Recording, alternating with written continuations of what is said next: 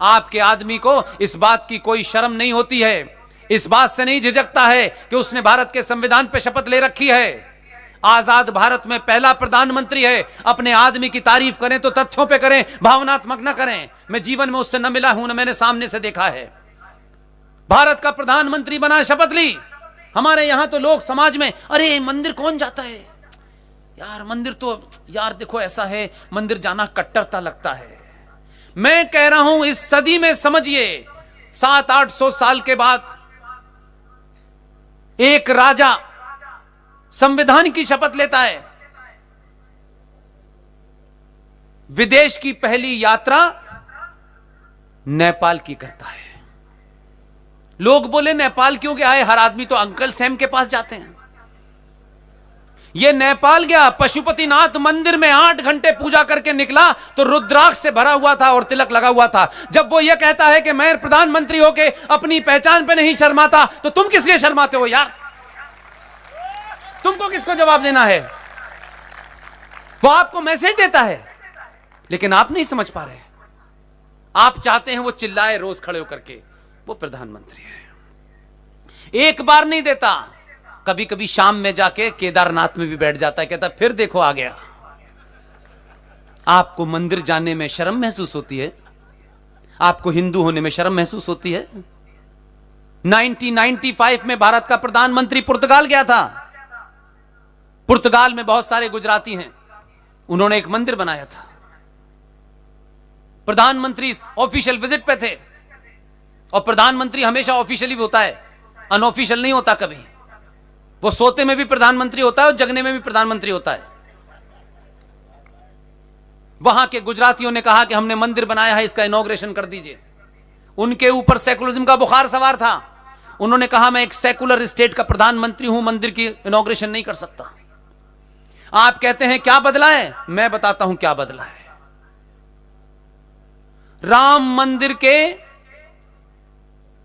नींव रखने के कार्यक्रम में आपने, मैं कहता हूं आम आदमी को नहीं देखा, मैंने भारत के राष्ट्रपति को भगवान राम के सामने दंडवत देखा है। दुनिया को जो समझना है समझें, इसलिए इसमें एक भाव छुपा हुआ है। उस भाव को शायद मैं ज्यादा आसानी से आपके सामने रखना चाहता हूं। अपनी पहचान और अपने आप पे जो कौमें, जो सभ्यताएं शर्माती हैं, इतिहास में उनका वजूद समाप्त हो जाता है।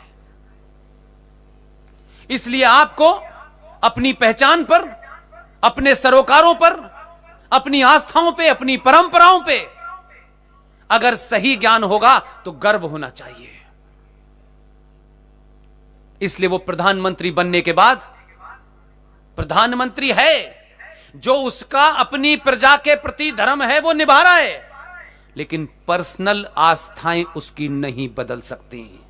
इसलिए मंदिर के नींव रखने के कार्यक्रम में कभी सोचा था 10 साल पहले कि प्रधानमंत्री राम मंदिर की नींव भी रखेगा, मंत्रों का उच्चारण पूरी दुनिया में दिखाएगा कि अगर देखो ये वो भारत है जिसका मैं प्रधानमंत्री हूं। आपको किसने रोका है? मुझे किसने रोका है? आप सिर्फ एक दिन पूरे सड़क पे खड़े हो जाएं कि आज हमको सड़क पे खड़े होने का मन कर रहा है, और घोषित कर दें कि हम इसलिए सड़क पे नहीं खड़े हुए कि हमको जीएसटी कम कराना है, हम सड़क पे इसलिए खड़े हुए हैं कि दुनिया को बताना है कि 90 करोड़ सनातनी हिंदू इस आदमी के साथ है, इसका कोई कुछ नहीं बिगाड़ सकता।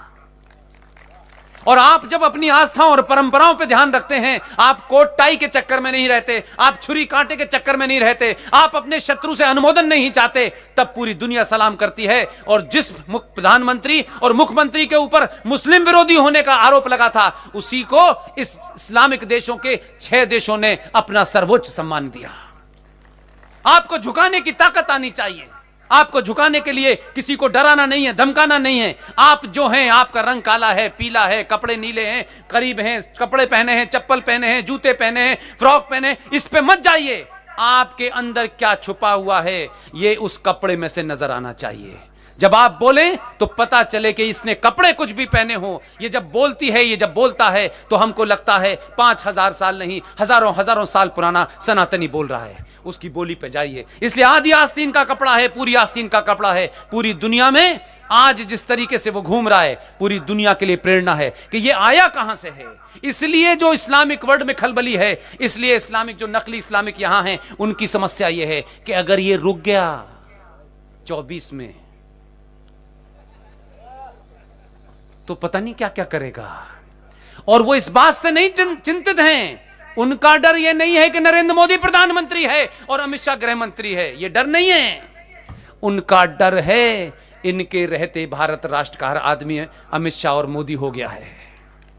समाज को बदल दिया है, इस सोच को बदल दिया है। यही कारण है इतने गणमान्य व्यक्ति, इतने सभ्य समाज के लोग, इतने उच्च वर्ग के लोग, इतने करोड़पति लोग मोरबी में मुझ जैसे अनजान आदमी को, जिसके पास कुछ भी नहीं है, आप रात के 11 और 12 बजे सुन रहे हैं। इसी को जागृति कहते हैं। यही जिंदा रखिए, इसी को बनाए रखिए।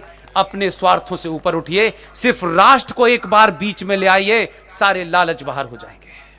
आज जीडी बख्शी, आर.एस. सुशील पंडित, 15-20 लोग, कुछ लोगों के पास अपने मकान का किराया देने का पैसा नहीं है। कभी हमने उनसे पूछा? चुपचाप से जब मंदिर में आप जाते हैं तो क्या करते हैं? चुपचाप से डालते हैं ना पैसा।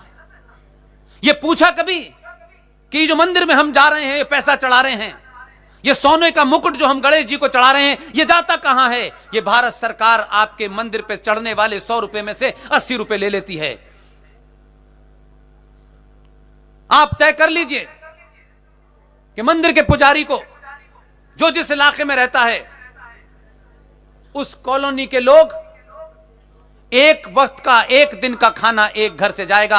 आपके यहां लौकी बनी है तो लौकी की सब्जी पंडित जी को जाएगी। आपके यहां कबाब बने हैं तो जाएगा, खीर बनी है तो जाएगा। अगर आप यह तय कर लें कि पंडित जी आपके खाने का इंतजाम हो गया है, आपकी 10 धोती का इंतजाम हो गया है, अब आप चिंता ना करें, और 2 महीने तक हिंदुस्तान के किसी मंदिर में जाएं, उसमें 1 पैसा न चढ़ाएं, उसका मुकदमा जज साईं दीपक सुप्रीम कोर्ट में लड़ रहे हैं। उस पैसे को जो इस देश में पागल हो गए हैं, उनको जाके दे आएं, ताकि कई हजार जीडी बख्शी पैदा हो जाए, कई हजार आरएसएन पैदा हो जाए।